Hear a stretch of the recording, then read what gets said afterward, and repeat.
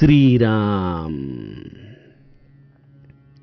आपल्या सर्वांच्या हृदयस्थ वसणाऱ्या आत्मारामास साष्टांग प्रणिपात करून गोस्वामी तुलसीदास रचित श्री रामचरितमानस या ग्रंथातील जो पंचम सोपान सुंदरकांड याचं आपण चिंतन करत आहोत. सज्जन हो, हे आपलं आजचं कथा चिंतन क्रमांक 963.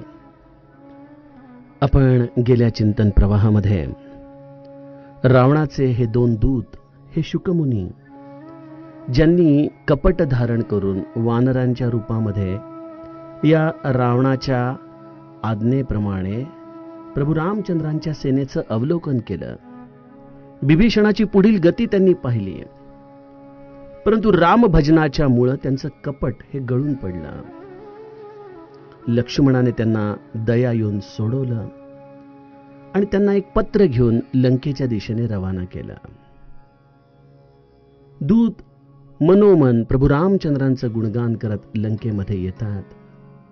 रावण त्यांना 3 प्रश्न विचारतो की बिभीषण कसा आहे, त्याचा वृत्तांत काय आहे तो सांगा. अत्यंत चांगलं हे राज्य उपभोगत असताना त्याला ही अवदसा आठवली. अशा या बिभीषणाचा मृत्यू जवळ आलाय, त्याची खबर मला सांगा. मला सांगा, हे वानर आणि अस्वल कशी आहेत, ज्यांच्या जीवाचं रक्षण केवळ हा सागर करत आहे, अन्यथा आतापर्यंत ते आमच्या राक्षसांचे भक्ष झाले असते. आणि मला या तपस्वी असलेल्या मनुष्यांची देखील वार्ता सांगा, ज्यांच्या हृदयामध्ये माझ्याविषयी अत्यंत त्रास आहे. दूतांनी रावणाच्या सर्व प्रश्नांची उत्तरं अत्यंत निर्भयतेने आणि सत्याला धरून दिलेली आहेत. त्या पद्धतीने त्यांनी बिभीषणाचा वृत्तांत सांगितला की जाताच रामाने त्याचा राज्याभिषेक केलाय. दुसरा प्रश्न होता की अस्वल आणि वानर सेनेचं वर्णन करून सांगा. यावरती दूत म्हणतात की अहो, त्या सेनेचं वर्णन काय सांगायचं, बदन कोटी सत बरनी न जाई. या 2 मुखांच्या आधाराने आम्ही त्याचं वर्णन करण्या येण्यासाठी असमर्थ आहोत. अत्यंत महाबलवान, महाभयानक अशी ही वानर आणि अस्वल आहेत. त्यांच्या हाताचा प्रसाद आम्ही खाऊन आलेलो आहे. आपल्याला आठवत असेल तर जो हनुमंत इथं आला होता, तो या सर्व वानर दळामध्ये अत्यंत लघुत्तम असा शक्तीचा आहे. यावरून तुम्ही विचार करा की हे एवढं प्रचंड मोठं वानरदळ, जे अमित नाम भट कठीण कराला, अमित नागबल विपुल बिसाला, अशा पद्धतीने या वानरदळाचं जे वर्णन हे दूत रावणासमोर करतायत, त्यातील पुढील कथाभाग गोस्वामीजी आम्हाला सांगू लागतात. एक पिसब सुग्रीव समाना, इन्ह सम कोटिन गनई को नाना. राम कृपा तुलित बलति नहीं, राम कृपा तुलित बलति नहीं. तृण समान त्रैलोक ही गनई, असमय सुना श्रवण 10 कंदर. पदुम 18 जूथप बंदर. सीताराम सीताराम रामा, सीताराम सीताराम रामा. नाथ कटक महसोक पिनाही, नाथ कटक महसोक पिनाही. जो न तुम ही जीतै रन माही. परम क्रोध मी जहि सब हाथा, आय सुपै न देहि रघुनाथा. सीताराम सीताराम रामा, सीताराम सीताराम रामा. सोषहि सिंधु सहित झष ब्याला, सोषहि सिंधु सहित झष ब्याला. पुरहिनत भरी कुधर बिसाला. मर्दि गर्द मिलवहि 10 सीसा, ऐसे ही बचन कहहि सब कीसा. सीताराम सीताराम रामा, सीताराम सीताराम रामा. गरजहि तरजहि सहज शंका, गरजहि तरजहि सहज शंका. मानहु ग्रसन चहत है लंका. सीताराम सीताराम रामा, सीताराम सीताराम रामा, सहज सूर कपि भालु सब, पुनि सिर पर प्रभु राम, रावण काल कोटि कहूँ, जीति सकहि संग्राम। सीताराम सीताराम रामा, सीताराम सीताराम रामा, सियावर रामचंद्र प्रिय हो।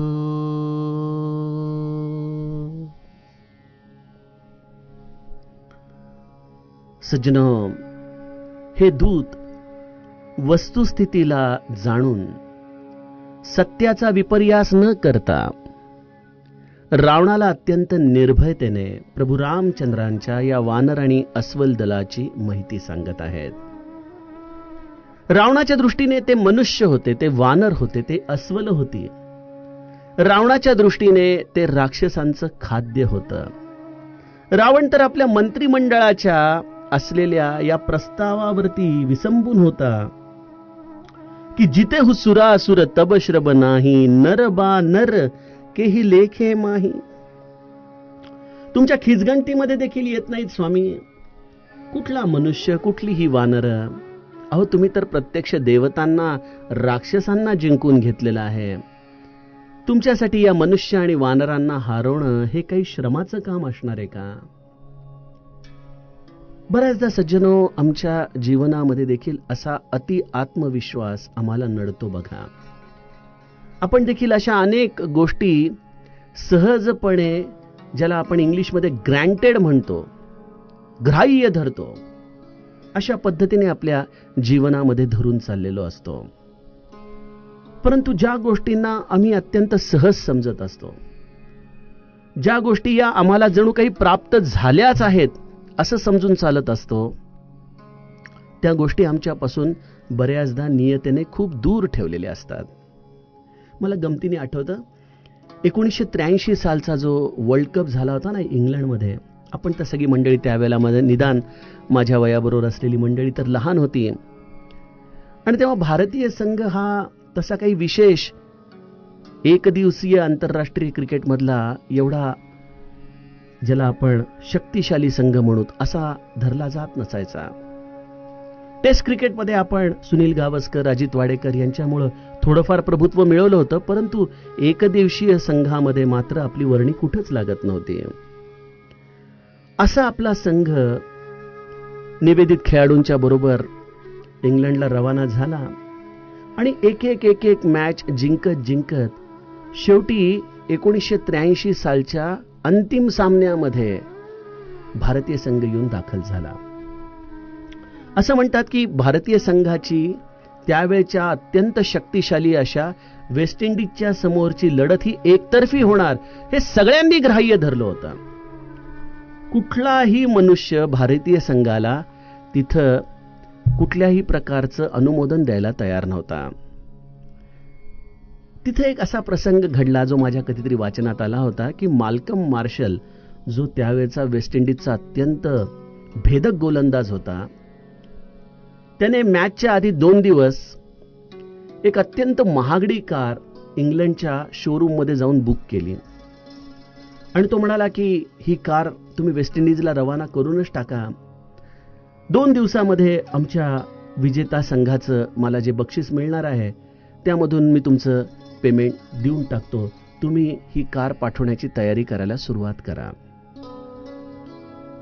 तिथला जो कारचा जो मालक होता त्याला देखील त्याच्या शब्दांवरती विश्वास बसला. तो म्हणाला, हा हो, तुम्ही म्हणता ते योग्यच आहे, कारण की भारतीय संघ तुम्हाला हरवेल अशी त्यांच्यामध्ये कुठलीच क्षमता नाही. परंतु त्या दिवशी लॉर्ड्सच्या मैदानावरती जे काही घडलं तो एक मोठा इतिहास होऊन गेला. भारतीय संघाने एवढा बलाढ्य असलेल्या वेस्ट इंडिजला धूळ चारत विश्वचषकावरती आपलं नाव कोरलं.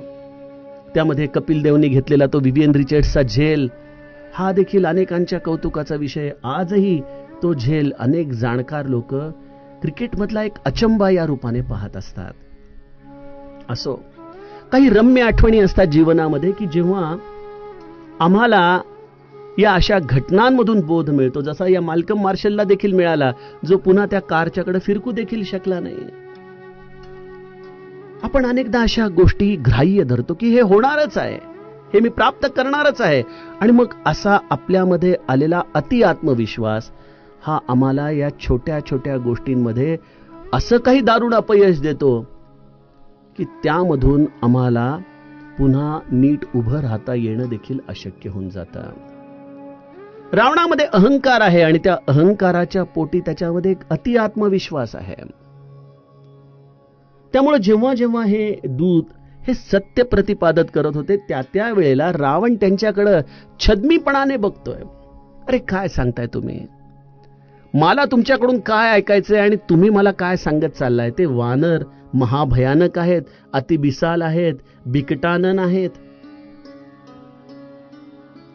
त्यांची एवढी प्रचंड सेना आहे, एक एक वानर हत्तीच्या बळाचा आहे. सांगा, तुम्हाला जे जे काही सांगायचंय ते पहिल्यांदा तुमचा समाचार सांगा. मला मात्र योग्य ठिकाण सापडताच मी तुम्ही किती भ्रमामध्ये आहात हे तुम्हाला सांगेन. अशा पद्धतीने रावण या दूतांकडून सगळं काही ऐकून घेतोय. दूत सांगतायत की द्विविध मयंद नील नल अंगद गद बिकटासी ददिमुख के हरी निसठ सठ जामवंत बलरासी. बळांच्या या राशी आहेत हे वानर म्हणजे. अशा या वानरांच्या अस्वलांच्या सेनेचं वर्णन मी तुम्हाला कसं करून सांगू बरं? अहो, या ज्या वानरांची मी नावं घेतली ना स्वामी, हे एक एक वानर सुग्रीवाच्या ताकदीचं आहे. तुम्ही विचार करा, ज्या सुग्रीवाने बालीला मारलं, ज्या सुग्रीवाने बालीला हरवलं, ज्या बालीकडून तुम्ही अत्यंत दारुणरित्या पराभूत झाला होता, अशा बालीला ज्याने मारलं त्या सुग्रीवाची ताकद ही निश्चितच बालीपेक्षा जास्त असणार. म्हणजे जर त्रैराशिक मांडायचं झालं तर Bali is greater than Ravana and Sugriva is greater than Bali, so Sugriva is definitely greater than Ravana. हा जसा आपण लहानपणी त्रैराशिकाचा भाग शिकायचो त्या पद्धतीने अत्यंत तर्कयुक्त अशा विधानातून हे दूत रावणाला सांगतायत की एकपि सब सुग्रीव समाना. एका बालीला एका सुग्रीवाने हरवलं, ज्या बालीने रावणाला आपल्या मुलाच्या पाळण्यावरती खेळणं म्हणून बांधून ठेवलं होतं. अशा या बालीला हरवणाऱ्या सुग्रीवासारखे हे अनंत वानर तिथं उपलब्ध आहेत, उपस्थित आहेत. यांच्या शक्तीचं मी वर्णन कसं करून सांगू प्रभू? आणि केवळ मी ही नावं घेतली, तुम्हाला वाटेल की 7-8 वानर सुग्रीवासारखी आहेत. नाही नाही, इन सम कोटीन गणय को नाना. आम्ही जेवढा वेळ तिथं होतो, आमची दृष्टी जिथपर्यंत जात होती तिथपर्यंत ही महाकाय वानरांची मोठीच्या मोठी सेना आम्हाला दिसत होती. अगदी धुसर हुस तर आम्हाला ते वानर सैन्य दिसत होतं आणि ह्यातील प्रत्येक वानर या सुग्रीवाच्या ताकदीचा होता. बरं, रावण या दूतांच्याकडून ही सगळी वार्ता ऐकतोय. मनामध्ये विचार करतोय की हे रावणाला हरवण्यासाठी येणारं वानर दळ एवढं कशा पद्धतीने सामर्थ्यवान झालं असेल बरं? अरे हे तर साधे वानर आहेत, झाडावरची फळं खाणारे, आमच्यासारखे मांस भक्षक करणारे राक्षस देखील नाहीत. मग या वानरांना नेमकं बळ कशाचं आहे? दूत लगेच त्याचं उत्तर देतात, राम कृपा अतुलित बलती नाही तृण समान त्रैलोक ही गणही. श्री रामाच्या कृपेने ह्यांच्यामध्ये अतुलनीय असं बळ आहे. ते तिन्ही लोकांना तृणासारखं तुच्छ समजतायत, एवढं प्रचंड सामर्थ्य त्यांच्यामध्ये आहे.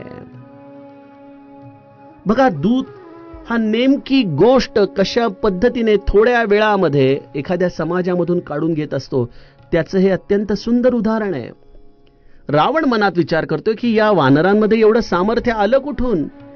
फळं खाणारी, भाजीपाला खाणारी. आपल्याकडे देखील म्हणतात ना की शाकाहारामध्ये कुठली ताकद आली आहे? त्या शाकाहाराची ताकद बघायची असेल तर या रामायणामध्ये असलेल्या या वानरांची ताकद आपण बघावी.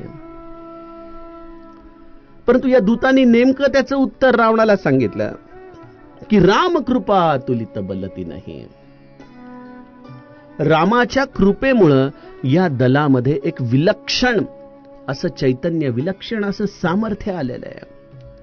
आपल्याला आठवत असेलच की 34व्या दोहामध्ये जेव्हा सुग्रीव या सगळ्या वानर दळाला बोलवतो तेव्हा राम कृपा करी राम राजीव नयना, अशा पद्धतीने चितई कृपा करी राजीव नयना, अशा पद्धतीने राम केवळ आपल्या डोळ्यांनी, आपल्या दृष्टीच्या आधाराने या वानर सेनेवरती आपली ही समस्त चैतन्यमय दृष्टी फिरवतो आणि त्यातून त्यांना एक विलक्षण सामर्थ्य, भयहु पच्छजुत मनहु गिरिंदा, एकेका पर्वताप्रमाणे हे वानर दळ सामर्थ्यवान होतं. सज्जनो, जेव्हा एखादा नेता अशा पद्धतीने समाजामध्ये प्रस्थापित होतो ना, तेव्हा प्रत्येकाच्या मध्ये सामर्थ्य असण्याची गरज नसते. ते नेतृत्वच अशी काही फुंकर मारतं की अत्यंत विकलांग असलेल्या व्यक्तीला देखील आपल्यामध्ये प्रचंड सामर्थ्य असल्याची जाणीव होते. हे नेतृत्वाचे गुण आहेत. हे सामर्थ्य आपल्या आतमध्येच असतं दडलेलं. त्या सामर्थ्याला आपल्याला चेतना देऊन फुलवावं लागतं. रशियावरती जेव्हा हिटलरने हल्ला केला त्यावेळेला रशियन्स देखील या हिटलरच्या झालेल्या आक्रमणामुळे पहिल्यांदा गोंधळून गेले. परंतु त्यांच्यामध्ये ही जेव्हा ज्याला आपण पेट्रियॉटिक अशी धारा चेतवली गेली. रशियामध्ये मी 2दा गेलोय आणि तिथं सेकंड वर्ल्ड वॉर असं म्हणत नाहीत, ते लोक द ग्रेट पेट्रियॉटिक वॉर म्हणतात. आणि प्रत्येक रस्त्याच्या चौकामध्ये खूप मोठे मोठे सुंदर असे त्या महायुद्धामध्ये लढलेल्या लोकांचे त्यांनी पुतळे बनवलेत. अतिशय बघण्यासारखे पुतळे आहेत. सुंदर त्याच्या भोवती सगळं फुलं लावलेली असतात. खूप मोठे विस्तीर्ण असे चौक असतात आणि त्यांनी या लोकांना देवतांचं जणू काही स्थान देऊन टाकलेलं आहे. The great patriotic war. त्यामुळं एक एक तिथं रशियन या हिटलरच्या सैन्याला एक एक इंच जमीन लढवण्यासाठी अगदी जेरीस आणत होता. आणि त्यामुळे शेवटी जेव्हा बर्फ पडू लागला तेव्हा अर्थातच रशियातली थंडी ही इतर युरोप प्रांतापेक्षा जास्त असल्यामुळं तिथं सैन्याला मात्र काही केल्या पुढे जाण्याचा मार्ग सापडेना. आणि मग तिथून रशियाने त्यांना मागं रेटण्यास जी सुरुवात केली ते समस्त या नाझी सैन्याचा अंतच होऊन या रशियाने आपलं सार्वभौमत्व तिथं प्रस्थापित केलं. सांगण्याचा उद्देश असा आहे सज्जनो की जेव्हा नेतृत्व मिळतं तेव्हा समोरचा मनुष्य जरी बलवान असला तरी त्या बलवानाला पराभूत करण्याची शक्ती व्यक्तीच्या अंगामध्ये येऊ शकते. बघा, अफजल खान देखील जेव्हा या प्रतापगडच्या दिशेने निघाला तेव्हा त्याने किती धुमाकूळ घातला. पंढरपूर पासून ते साताऱ्यापर्यंत येत असताना अनेक देवस्थानं, अनेक गावं, या सगळ्यांवरती जणू काही त्याने गाढवाचा नांगर फिरवत फिरवत एक आपली उन्मत्त अशी अवस्था तिथं निर्माण केली होती, जेणेकरून शिवाजी महाराजांपर्यंत आपण करत असलेल्या या प्रतापाचं वर्णन जाऊन ते घाबरून आपल्याला शरण येतील असा त्याच्या मागचा डावपेच. परंतु या जावळीच्या खोऱ्यामध्ये शिवाजी महाराजांनी अफजल खानाला भेटीच्या निमित्ताने बोलवलं. अफजल खान दगा फटका करणार हे त्यांना माहीत होतच आणि त्यामुळं या वाघ नखांच्या आधाराने जेव्हा अफजल खानाचा कोथळा बाहेर काढला, अफजल खानाच्या सैन्यापुढे शिवाजी महाराजांचं सैन्य हे अत्यंत नगण्य होतं. परंतु शिवाजी महाराजांसारखं नेतृत्व एकेका मावळ्यामध्ये 10-10 सैनिकांचं बळ निर्माण करत होता. आणि त्यामुळे जसा अफजल खान कोसळला तसं त्याचं सैन्य बिथरलं.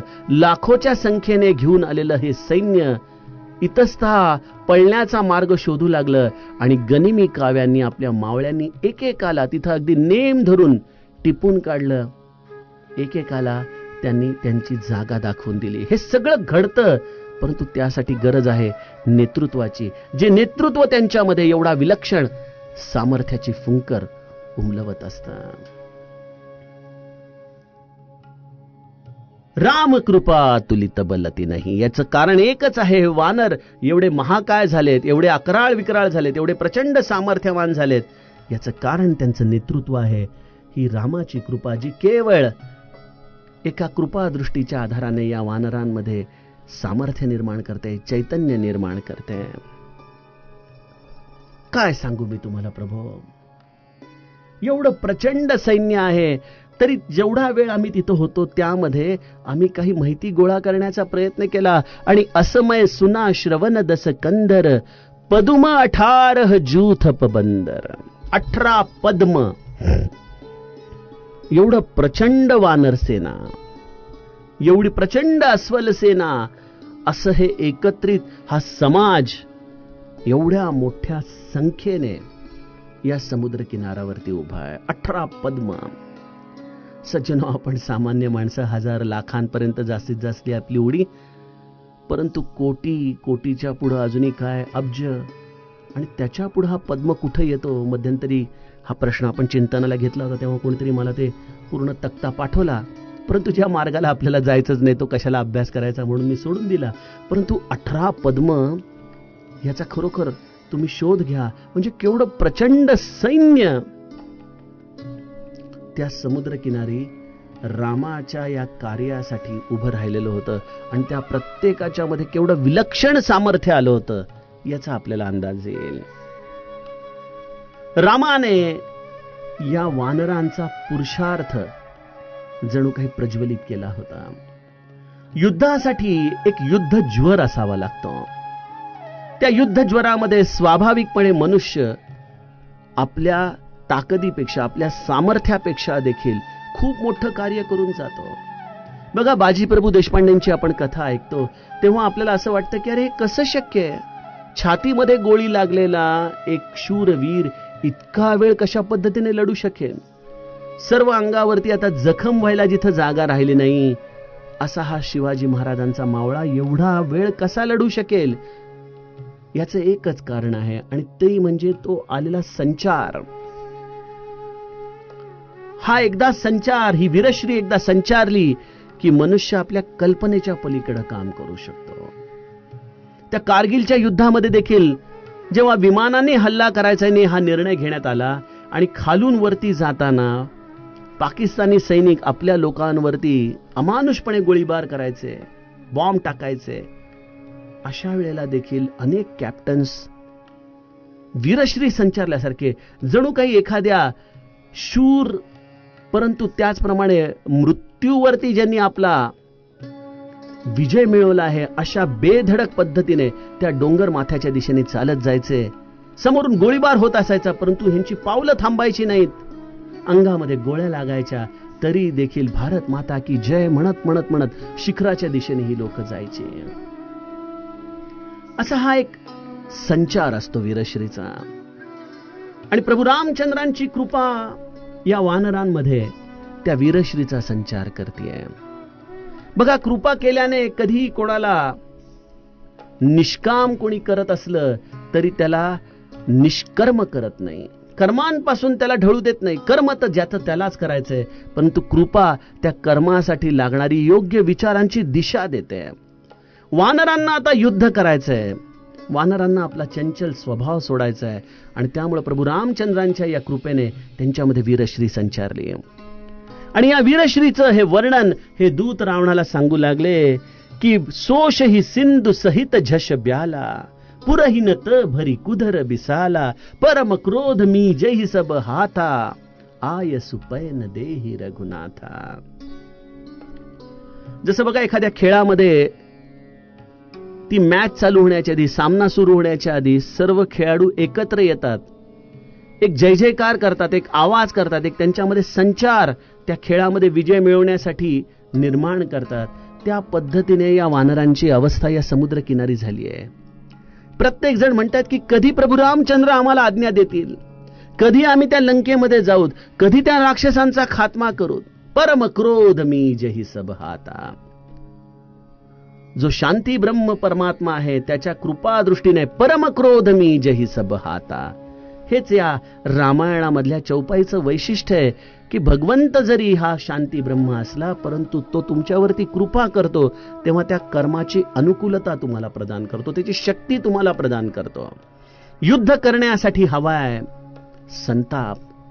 समोरच्या असलेल्या शत्रू पक्षावरती त्वेषाने लढण्याची एक अंतःकरणातून निर्माण झालेली प्रेरणा ही युद्धासाठी अत्यंत गरजेची आहे. भगवद्गीता का सांगण्यात आली? कारण अर्जुनाच्या अंतःकरणातली प्रेरणा संपुष्टात आली हो. आणि त्यामुळे भगवंताला स्वतः हा बोध अर्जुनाला द्यावा लागला. परम क्रोध मी जही सब हाथा, आयसु पैन देही रघुनाथा. असे हे वानर रामाकडे वारंवार पाहतायत की आता आम्हाला ही आज्ञा देईल, आता आम्हाला हा आज्ञा देईल. परंतु राम मात्र शांत बसलाय समुद्र किनारी. प्रत्येक जण म्हणतायत की कशासाठी थांबायचं या समुद्राचं विनवणी करत. प्रभू रामचंद्रांनी आम्हाला आज्ञा द्यावी, आम्ही सगळे वानर दळ जाऊन या समुद्राला शोषून टाकतो. आहे काय त्याच्यामध्ये एवढं? आणि जर आम्हाला हे शोषून संपवता आलं नाही तर या समुद्रामध्ये आम्ही एवढे मोठे मोठे डोंगर खडक आणून टाकतो की स्वाभाविकपणे या पर्वतांच्यामुळं समुद्राचं अस्तित्वच नाहीसं होईल. इथं हा एक भूभाग तयार होऊन जाईल. जसं आपल्याकडे ती रिक्लेम लँड असते ना, समुद्रामध्ये भराव टाकून टाकून त्याच्यावरती उंच बिल्डिंग बांधण्यात येतात. तो भाग मूळचा समुद्राचा असतो, परंतु काही कालावधीनंतर तो भूभागच समजला जातो. अशी परिस्थिती होते. तसे हे वानर म्हणतायत की समुद्रामध्ये आम्ही एवढा भराव आणून टाकतो की इथं समुद्र होता का हा भूभाग होता हे देखील कळणार नाही. प्रभू रामचंद्र आम्हाला आज्ञा तर देऊ द्यात, आम्ही क्षणामध्ये जाऊन रावणाला धुळीमध्ये मिळवून टाकतो. सगळे जण अशा पद्धतीने गर्जना करतायत. गर्जही तर्जही सहज असंका, मानहु ग्रसन चहत ही लंका.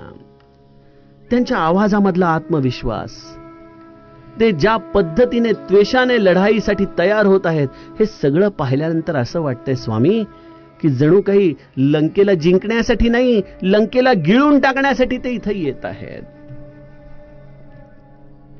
काय वस्तुस्थितीचं वर्णन गोस्वामीजींनी भारदार पद्धतीने सुंदरकांडात केलंय बघा.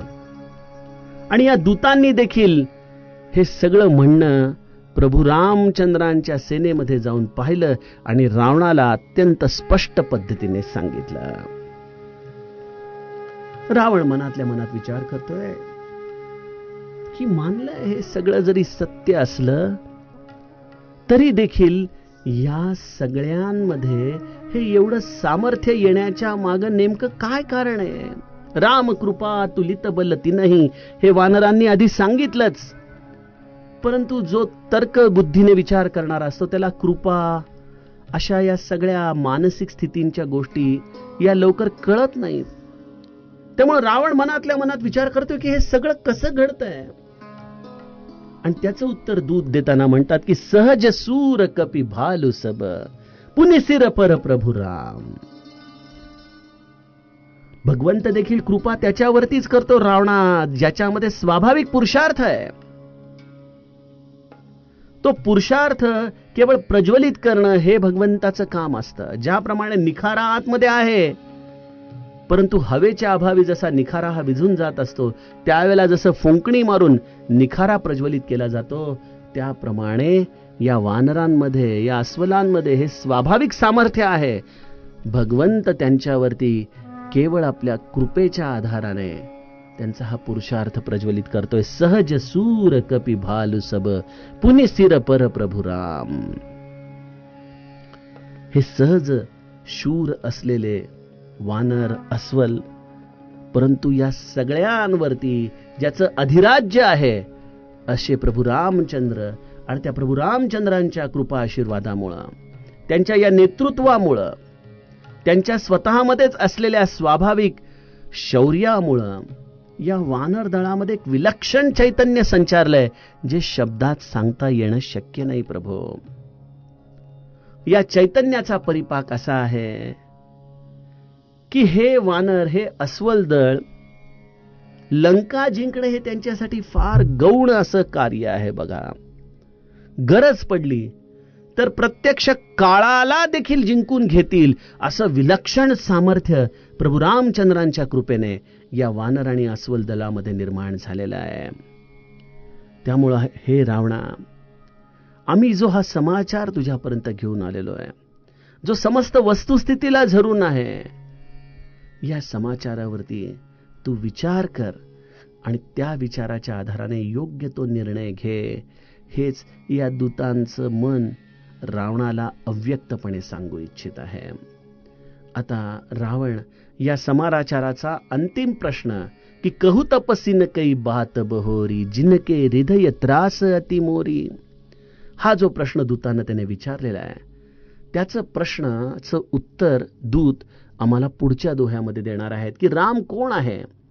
रामाच्या हृदयामध्ये तुझा त्रास आहे का राम हा स्वाभाविकपणे या सर्व स्थितींच्या पलीकडे आहे.